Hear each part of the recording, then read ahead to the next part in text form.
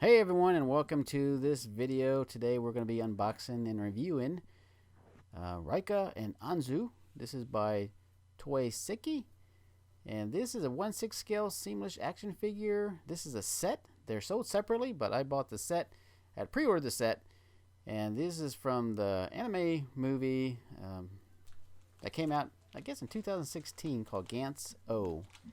And yeah, I saw these when they first came out. They were going to be on pre-order.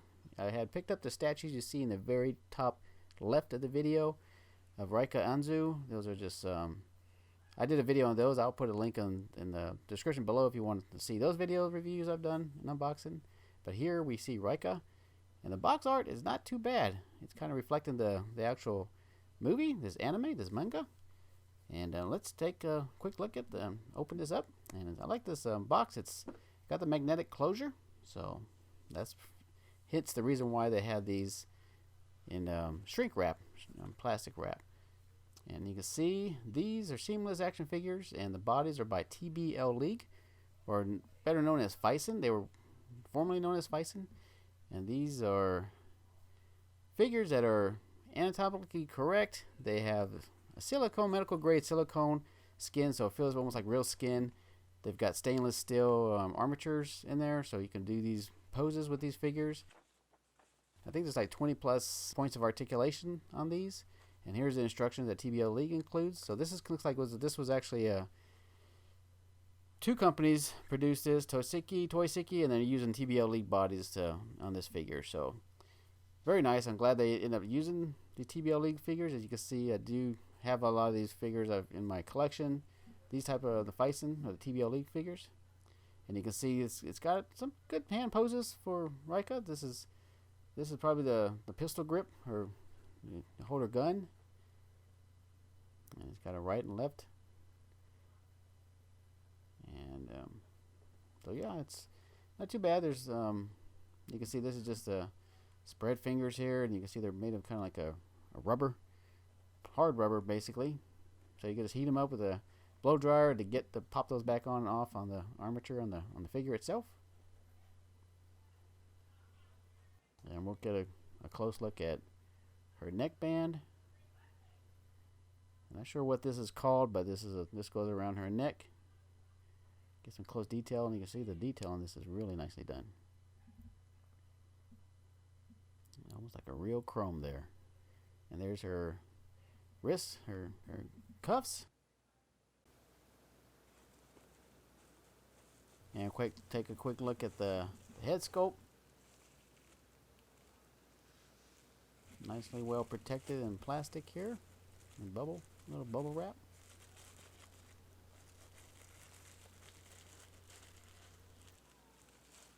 And these faces are, I was gonna say it's not a true likeness of the actual character in the movie, in the manga, but it's a good resemblance of the character, and definitely well done paint job and application on it. It's really, really nicely done.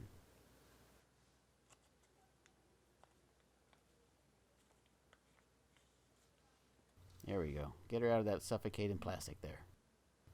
So yeah, we'll get some quick close-up look, and at the very end of this video, I'm gonna feature both of the Reika and Anzu figures. I'm gonna have them all assembled and do some close-ups, 360s, and all that. So stay tuned. At the very end of this video, I'll show some close-up figures all put together with their accessories and so forth. So, but yeah, really nicely done. The hair is just a little matted in there when they for manufacturing, so I have to kind of get that little styled up when I put the head sculpt on there.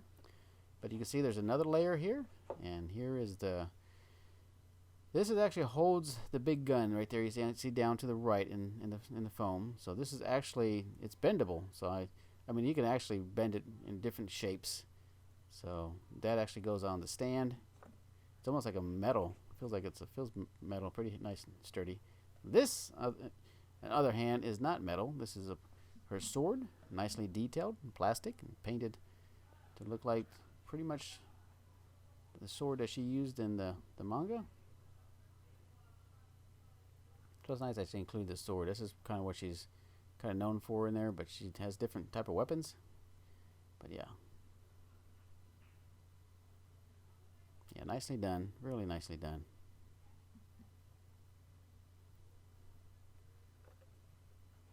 And then we'll take out this metal piece. This is actually metal. This is part of the figure stand, which is nice. They put that in metal. Normally those things are usually plastic. So we'll just take it out of the protective plastic. We want to take it out eventually. You can see it's all nicely welded in metal. So it's pretty sturdy. Now we're going to take our regular gun.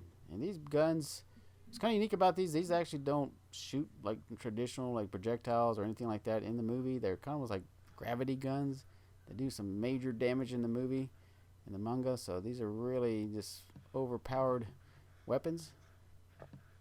But yeah, the detail on this thing is pretty phenomenal. They did a really nice job in all the paint, and you can see the wires there. They're all like rubber, the cabling on there, or the wires and stuff. So yeah, definitely really nicely detailed. And this is actually all plastic too, so I'm sure it's kind of, I'm assuming it's pretty hollow, but it's not too heavy. It's got some nice little girth to it. But yeah, look at all the detail in that. All those little wires there. They're actually they're pliable. They're not hard plastic. They're just, like I said, they're just rubber, like a rubber little wires, basically like real wires.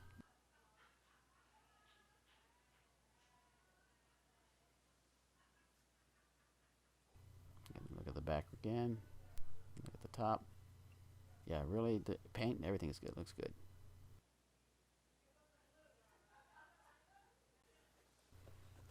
And here, this is also metal. This is part of the figure stand. This is the little clamp. It's not a crotch grabber as they usually have. That actually goes around the waist. So it's kind of nice. They also did the little plastic ends of that stand in silver. They kind of blend in. Usually those are black, but that's pretty nice that they did those in kept it silver, chrome, I guess, stainless steel. And here is the actual figure itself.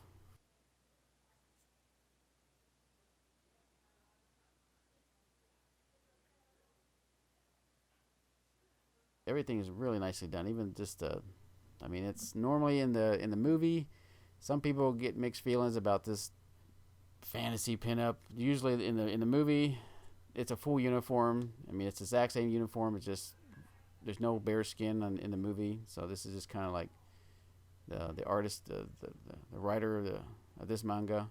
Pretty much, if you read the manga, he's done some header like these are like these kind of pinup sexy outfits or whatever. So this is kind of half the costume, half the suit in the movie. So catering to the fan service 100% on this right here for sure. I mean, it would have been nice to have another figure to have the full suit, but yeah, overall pretty pleased with the figure. I mean, it's definitely, I mean, everything on there is really nicely done.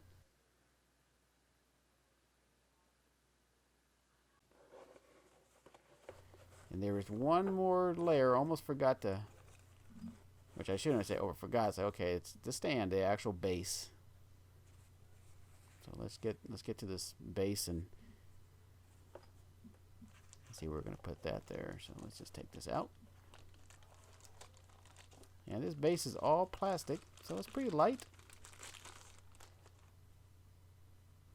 Yeah, got the nameplate on there, really nicely done. And a really cool part is this is like a felt. This is really nice and smooth. Little pad that they adhere to that base. So that's a really nice touch. They actually added like almost like a carpet, but it's like a real nice soft felt.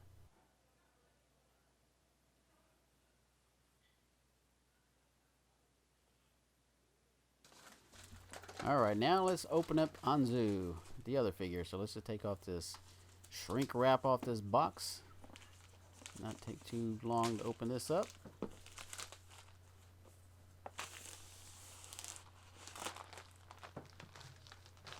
And this box is a little bit smaller than the other one in depth-wise. I think it's just because that big old gun that Reika has probably take a little more room compared to what the weapon accessories that Anzu has here. So yeah, nice little box. They just kind of reflecting the figure in the back, just like pretty much emulates the first box with Reika. So let's take off this magnetic closure top here, the side.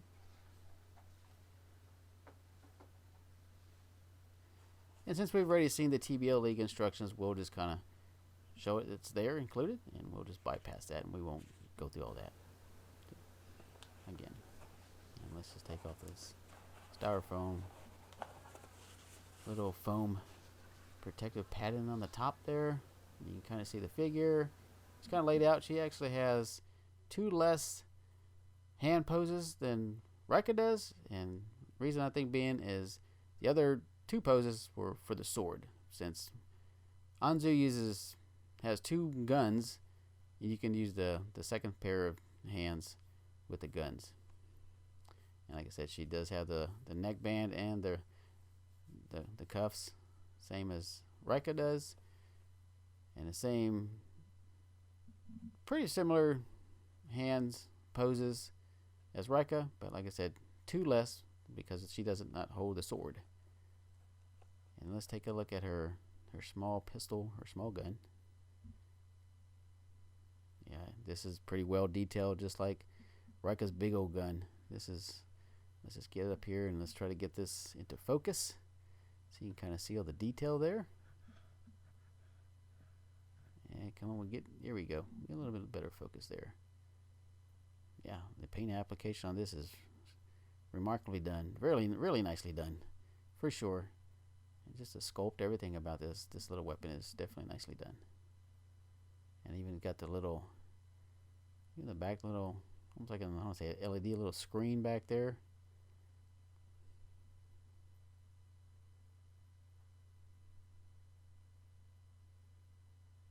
Yeah, definitely a good looking accessory.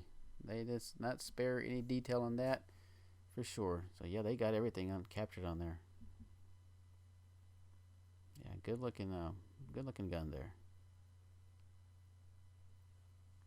And let's take out the bigger gun here. And just as the small gun, the detail on this is pretty nicely done too. Well executed, the paint app, and we'll get this into focus so we can see the good, nice detail in this gun, the sculpt. And these are all plastic. Nothing's metal. It would be nice if some of this was metal, but nowadays everything is plastic. So, and it's kind of good, I think, maybe with the weight for them to hold the weapon. So it's kind of good that maybe it's not all metal. And even got the little blue in there. Top, pretty much just like what she had in the movie, in the manga. Little anime there. So yeah, even the back, look at that. Even this, they got the little screen in there. Kind of get a close-up look. I was trying to decipher what exactly was in that screen, and I can't remember what if they even showed that in the movie. So before we remove the figure, again, let's just take off the next layer, which this only has 2 layers.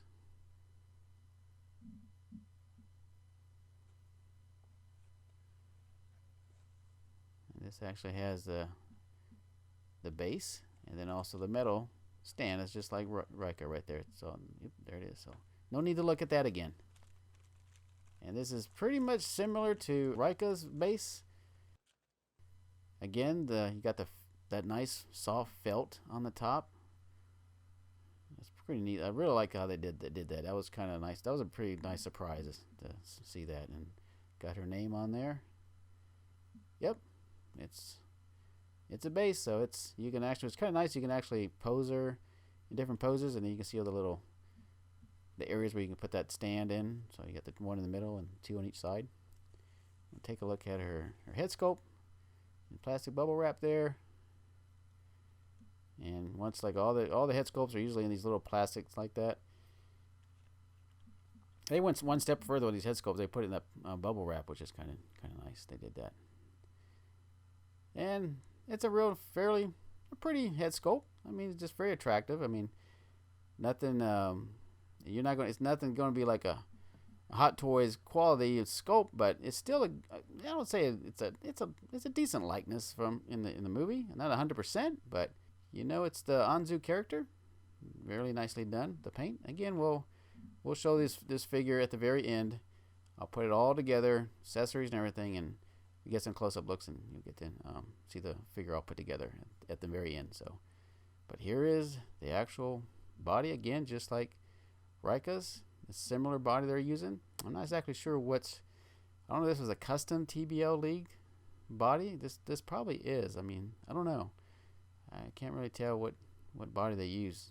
It might have been a custom one just for this particular set.